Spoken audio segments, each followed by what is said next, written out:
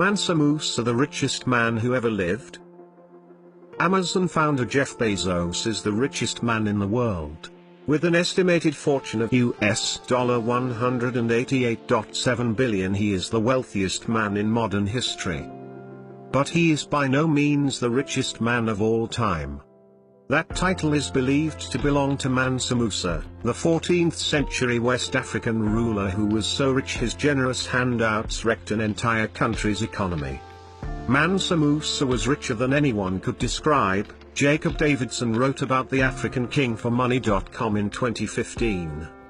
In 2012, US website Celebrity Net Worth estimated his wealth at $400 billion, but economic historians agree that his wealth is impossible to pin down to a number.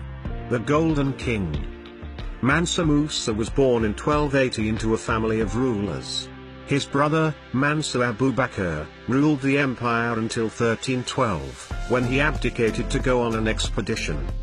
According to 14th century Syrian historian Shibab al-Amari, Abu Bakr was obsessed with the Atlantic Ocean and what lay beyond it. He reportedly embarked on an expedition with a fleet of 2,000 ships and thousands of men, women and they sailed off, never to return. Some, like the late American historian Ivan van Sertima, entertain the idea that they reached South America. But there is no evidence of this. In any case, Mansa Musa inherited the kingdom he left behind. Under his rule, the kingdom of Mali grew significantly. He annexed 24 cities, including Timbuktu. The kingdom stretched for about 2,000 miles, from the Atlantic Ocean all the way to modern-day Niger. Taking in parts of what are now Senegal, Mauritania, Mali, Burkina Faso, Niger, the Gambia, Guinea-Bissau, Guinea and Ivory Coast. Map of Mali Empire. With such a large land mass came great resources such as gold and salt.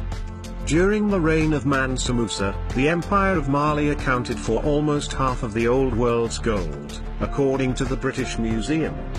And all of it belonged to the king. The journey to Mecca. Though the Empire of Mali was home to so much gold, the kingdom itself was not well known. This changed when Mansa Musa, a devout Muslim, decided to go on a pilgrimage to Mecca, passing through the Sahara Desert and Egypt. He took his entire royal court and officials, soldiers, griots, entertainers, merchants, camel drivers and, as well as a long train of goats and sheep for food. It was a city moving through the desert. A city whose inhabitants were clad in gold brocade and finest Persian silk. 100 camels were in tow, each camel carrying hundreds of pounds of pure gold. It was a sight to behold.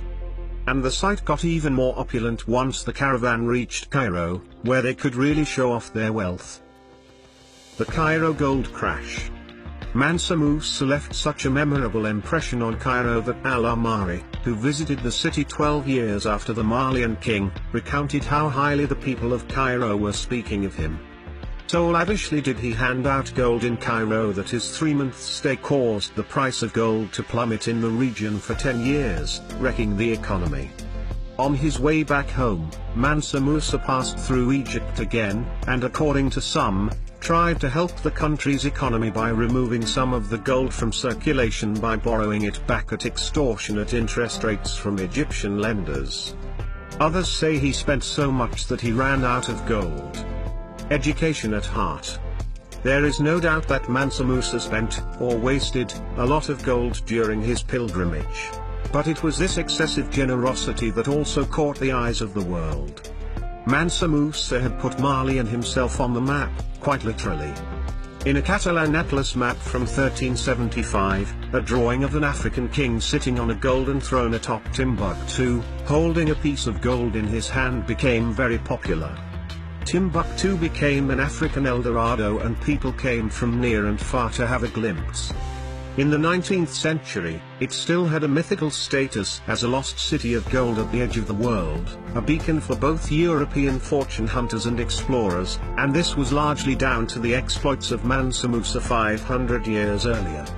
Mansa Musa returned from Mecca with several Islamic scholars, including direct descendants of the Prophet Muhammad and an Andalusian poet and architect by the name of Abu Ishaq as-Saheli, who is widely credited with designing the famous Jinga Rebbe Mosque. The king reportedly paid the poet 200 kilograms, 440 pounds, in gold, which in today's money would be $8.2 million, 6.3 million pounds. In addition to encouraging the arts and architecture, he also funded literature and built schools, libraries and mosques. Timbuktu soon became a center of education and people traveled from around the world to study at what would become the Sankore University. The rich king is often credited with starting the tradition of education in West Africa, although the story of his empire largely remains little known outside West Africa.